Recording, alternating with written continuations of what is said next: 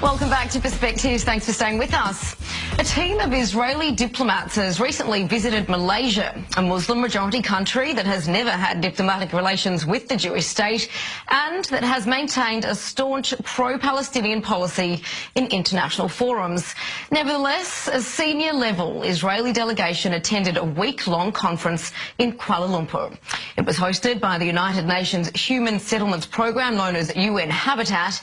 Now, while the countries have no formal ties and Israelis are not normally allowed to enter Malaysia, 2014 data from Israel's Bureau of Statistics reveals a booming but very discreet trade relationship totaling some $1.5 billion per year. Now, the head of that Israeli delegation to the UN conference in Malaysia and former Israeli Deputy Ambassador to the United Nations, David Rott, joins me in studio. David, great to have you with us. Thank you. Good to be here. Now, opposition groups and Islamic NGOs have attacked the government in the wake of your visit there to Malaysia. We know that there were protests also in the wake of Trump's Jerusalem announcement in Malaysia, as far away from Israel as Malaysia. How was it then that this delegation trip came to be? Well, it wasn't easy. I must say that for some reason, Malaysia is very anti-Israeli. I saw that when I was at the UN for 4 years, including 2 years when they were in the Security Council, and I found it surprising in the amount of animosity that Malaysia has for Israel, and they made a lot of efforts in order for us not to enter the country, but at the end of the day, they had to abide to what they committed themselves to while hosting this mission, and that is when you have such a meeting, a UN meeting around the world, you must have everyone present. We all hear about BDS. There is also political BDS, and they tried not to have us there. Interestingly, Malaysia has defended hosting you there in response to that those opposition groups. Now, you called it a unique experience. What were some of the biggest take-homes from the delegation's visit there? Well, it is unique to be, I'm not the first Israeli, but certainly the first Israeli diplomat in quite a few years. And it was very interesting to see a country which is politically so much anti-Israel, but to meet the people who are actually quite positive.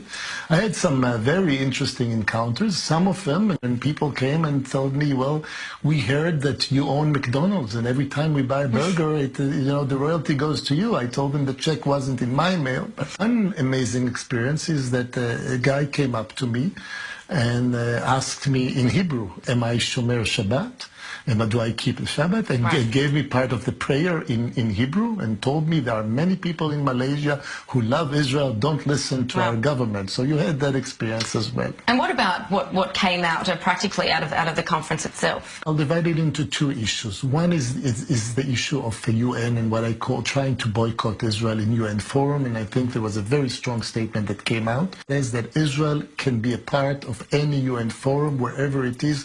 And this is a country that did not allow our windsurfer 2 years ago to come in. So there is a statement for everyone, and we're going to be there in the same meeting 2 years from now in Abu Dhabi, and there's no question about that. So that's one of them. Okay, yeah, continue, if they say it's one. Yeah, the second measure was showing people, they're going to be a tough nut to crack in terms of relations with Israel, but I believe in diplomacy, and I believe that, when you come and then they see an Israeli there, they understand it is not as bad as it could be, the reaction is not as bad as it was, and that we can form relations.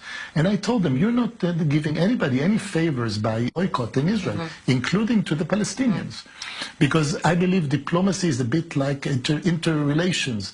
And you take advice from a friend, you don't take advice from an enemy. And I told the people I met with, if you want to influence Israel, you should have relations with Israel. And so briefly then, obviously this isn't pointing to the fact that we've been seeing Israel becoming a lot closer to some of its Arab neighbours and former foes like Saudi Arabia, Egypt, Jordan, with this process, at least with Trump, then this doesn't point to the fact that perhaps tensions are starting to thaw with countries like Malaysia and Abu Dhabi.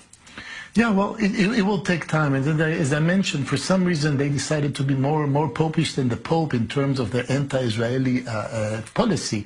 But I do believe, when you have relations between countries, it doesn't start with opening an embassy, and hopefully we can move on toward having real relations. There is no reason not to have them. All right.